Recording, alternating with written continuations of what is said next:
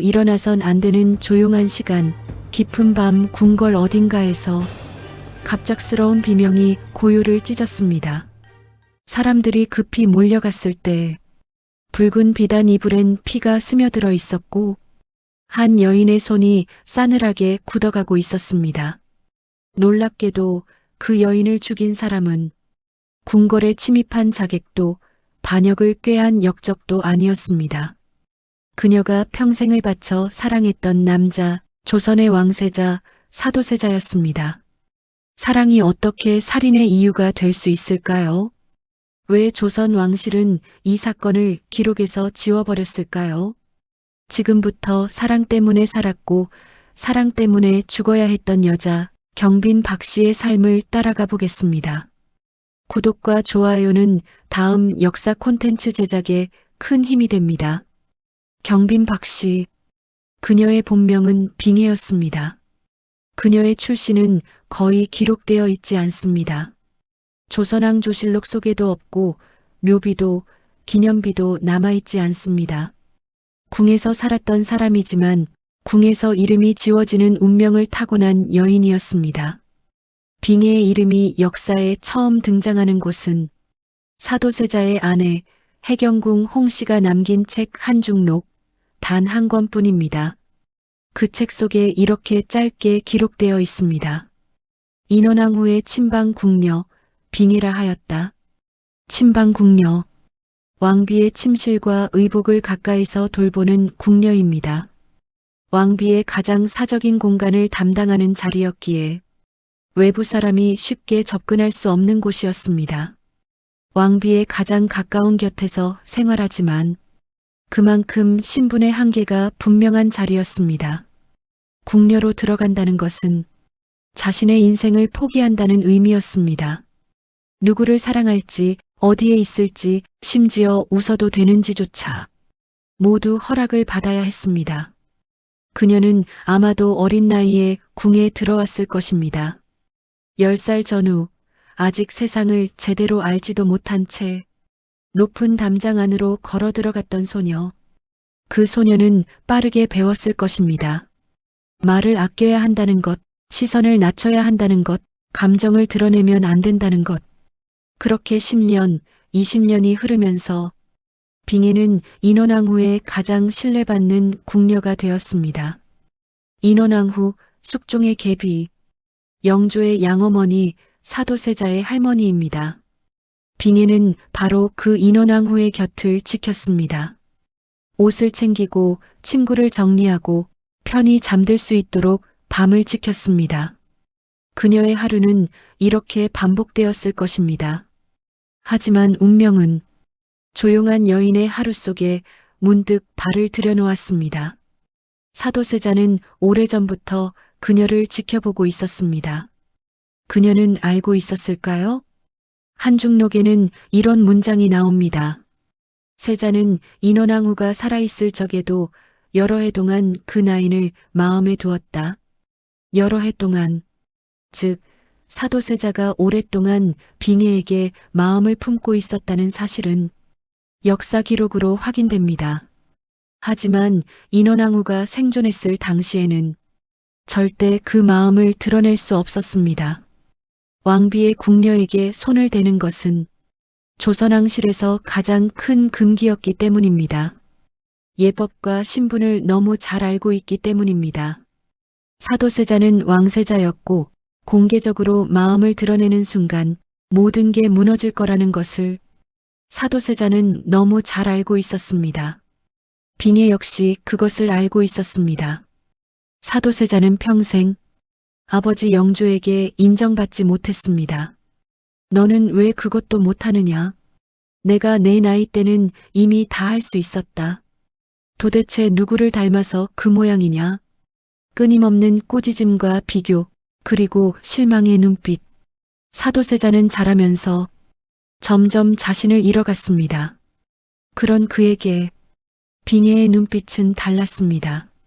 그 눈빛 속엔 비난도 실망도 기대도 없었습니다. 그저 따뜻한 이해가 있었을 뿐입니다. 사도세자는 처음으로 자신을 있는 그대로 봐주는 사람을 만난 것입니다. 그래서 그는 그녀에게 점점 더 이끌렸을 것입니다. 하지만 사도세자의 눈빛은 달랐습니다. 그는 그녀를 보았습니다. 그렇게 두 사람은 말없는 시선 속에서 조용히 서로를 향해 다가가고 있었습니다. 하지만 둘 다 알고 있었습니다. 이 감정은 절대 드러내선 안 된다는 것을. 1757년 8월 인원왕후가 갑자기 세상을 떠났습니다.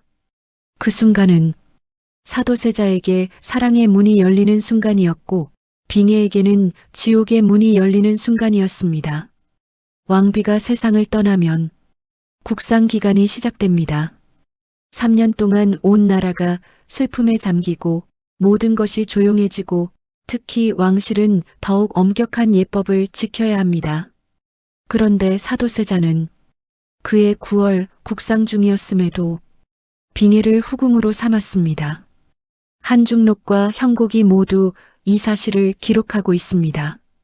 사도세자가 급하게 결정한 것은 맞지만 사전에 오랜 감정이 존재했다는 점 또한 사료가 확인하고 있습니다. 궁궐에 폭풍이 몰아쳤습니다. 국상 중에 여인을 들이다니 이것이 왕세자가 할 일인가. 예법을 어기고 왕실을 모독했도다. 신하들은 들끓었고 영조는 격노했습니다. 조선왕조실록 영조 33년 기록에는 이렇게 적혀 있습니다.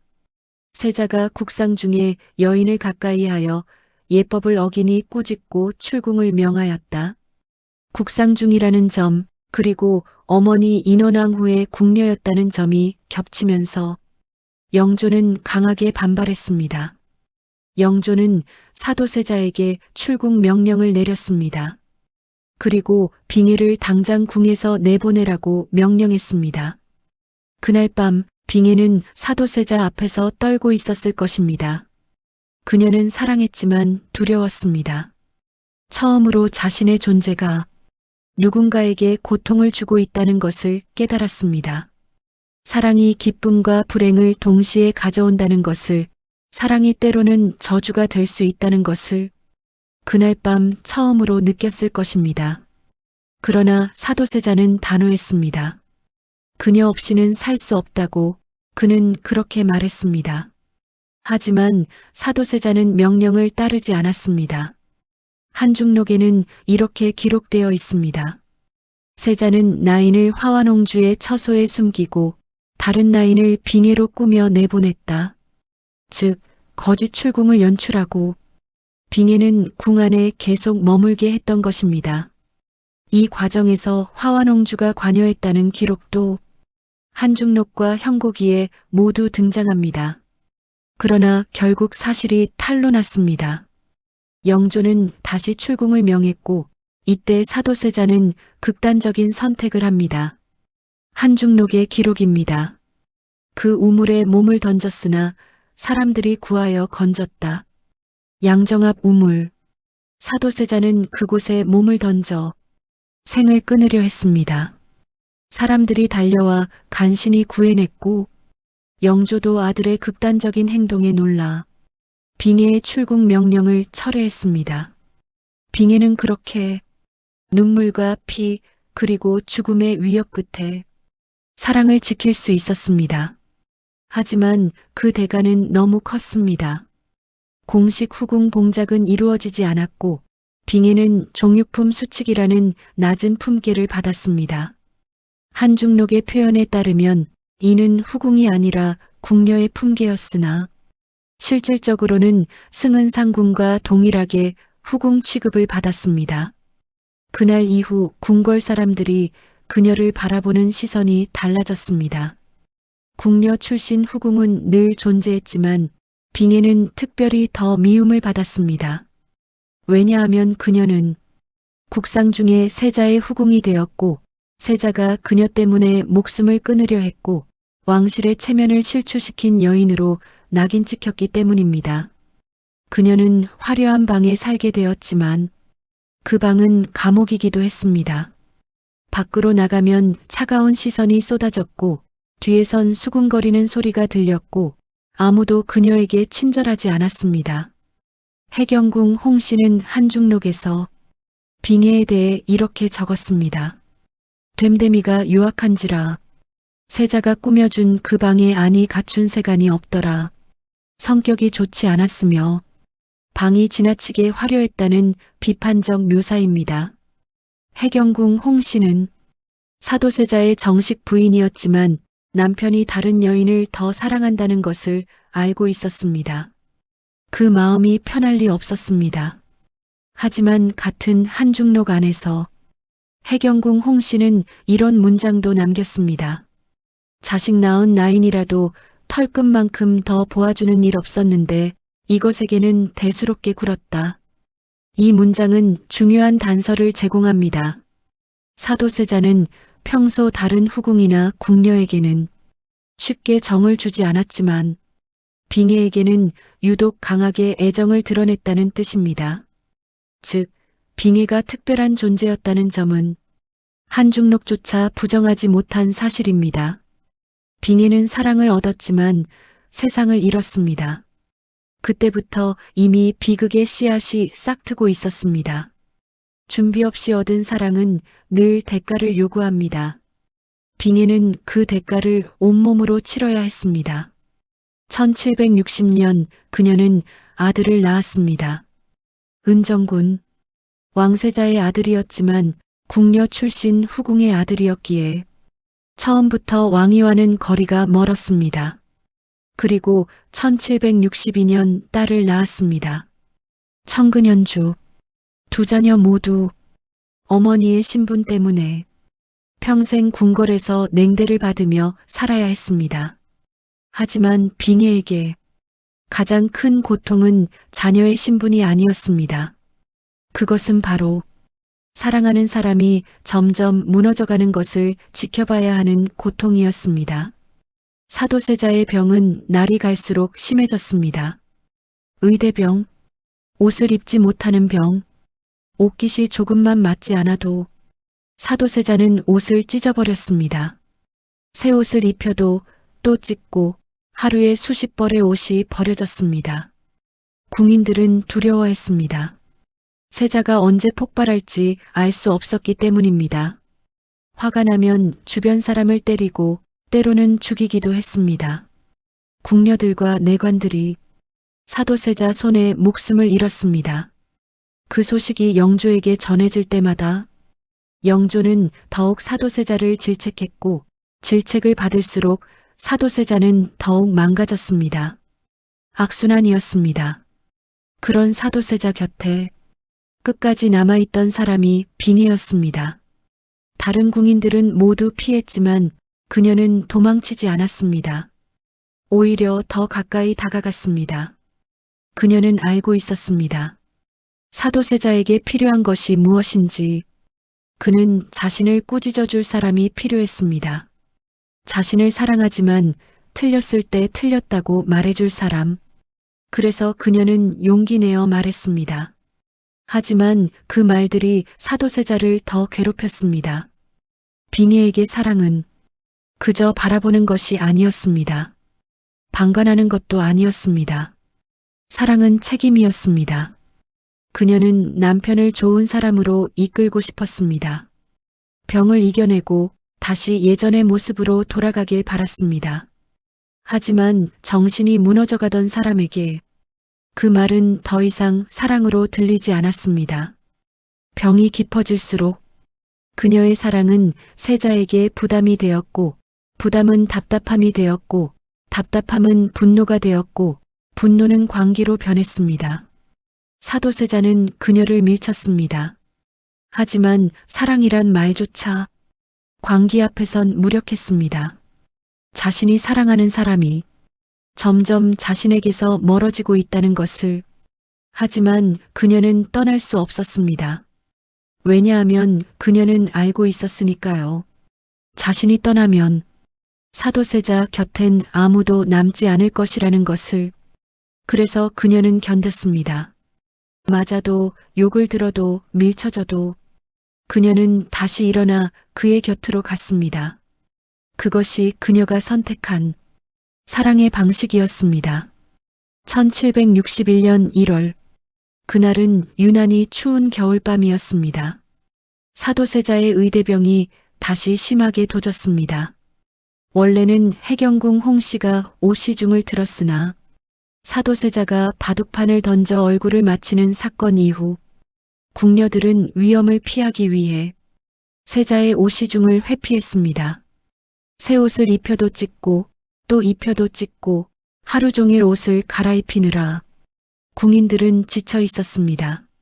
저녁이 되자 더 이상 견딜 수 없었던 사도세자는 난폭하게 폭발했습니다. 궁인들은 모두 도망쳤습니다. 내관들도 문 밖으로 물러났습니다. 모두가 떠난 방 안에 단 한 명이 남아 있었습니다. 빙해였습니다. 그리고 다시 빙해가 세자의 옷을 입히기 위해 나섰습니다. 그녀는 떨고 있었지만 자리를 떠나지 않았습니다. 그녀의 목소리는 작았지만 단호했습니다. 옷을 입으셔야 한다고, 날이 춥다고 말했습니다. 사도세자는 그녀를 노려봤습니다. 하지만 그녀는 물러서지 않았습니다.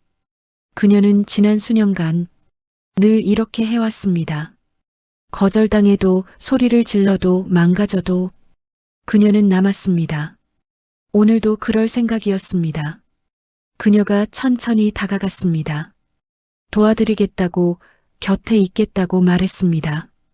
그 순간 무언가가 사도세자 안에서 폭발했습니다.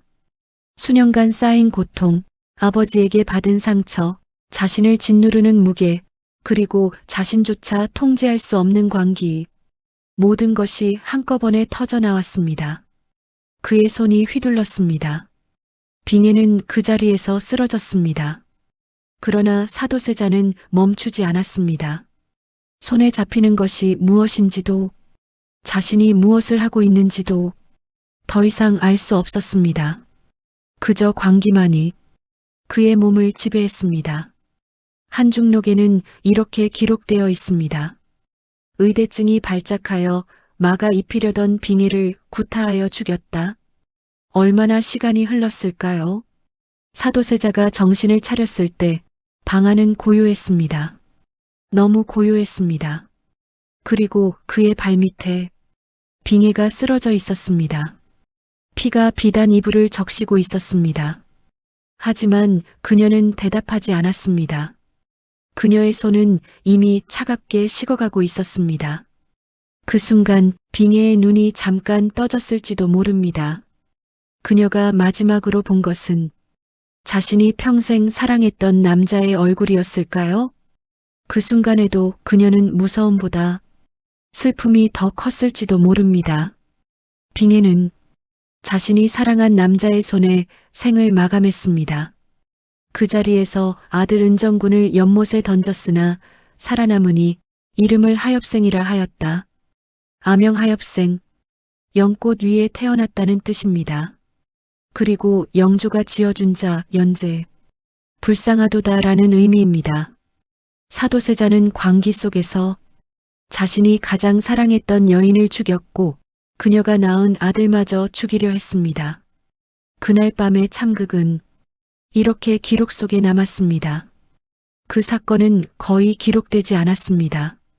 조선왕조실록에도 승정원 일기에도 어떤 공식 기록에도 빙해의 죽음은 제대로 기록되지 않았습니다. 왕실은 이 사건을 철저히 덮었습니다. 왕세자가 후궁을 죽였다는 사실은 왕실의 치욕이었고 사도세자의 광기를 증명하는 증거였고 절대 세상에 알려져선 안 되는 비밀이었습니다. 그래서 빙해의 흔적은 의도적으로 지워졌습니다. 그녀의 장례가 어떻게 치러졌는지, 그녀가 어디에 묻혔는지 그 기록조차 남아있지 않습니다. 해경궁 홍씨의 한중록에 단 몇 줄 언급되어 있을 뿐입니다. 사도세자가 승은궁인을 죽였다. 그것이 전부였습니다. 그녀의 남은 자녀들 또한 비극적인 길을 걸었습니다. 아들 은정군은 어머니의 신분 때문에 늘 천대받으며 자랐습니다. 그리고 1786년 정조시대에 영모 사건에 연루되어 사사되었습니다. 죄를 지어서가 아니라 아버지가 사도세자였고 어머니가 궁녀 출신이었기 때문에 정치적 희생양이 된 것입니다. 딸 청근현주는 냉대 속에서 혼인했지만 평생 궁궐에서 제대로 된 대우를 받지 못했습니다. 빙의의 이름은 마치 왕실이 의도적으로 덮어버린 진실처럼 역사 속에서 사라졌습니다. 그렇게 140년이 흘렀습니다. 그리고 고종시대가 되었을 때 왕실은 뒤늦게 사도세자를 재평가했습니다. 고종실록의 기록입니다. 1901년 고종 38년 사도세자를 장조로 추존함에 따라 박씨를 경빈으로 추중하였다. 즉 죽고 140년 뒤에야 후궁으로 인정받은 것입니다.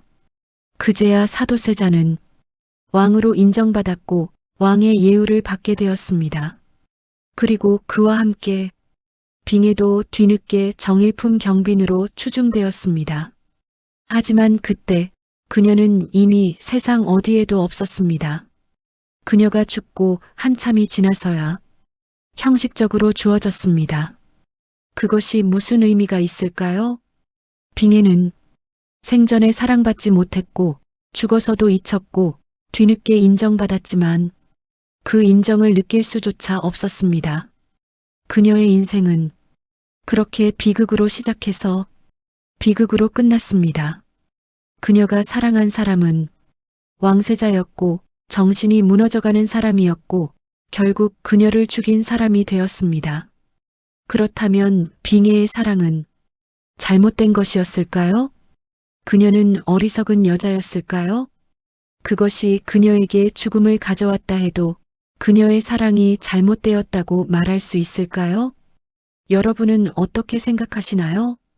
만약 여러분이 빙의였다면 사도세자 곁을 떠났을까요? 아니면 끝까지 남았을까요? 사랑을 위해 모든 것을 잃어버리게 된다면 그래도 그 사랑을 지킬 수 있겠습니까?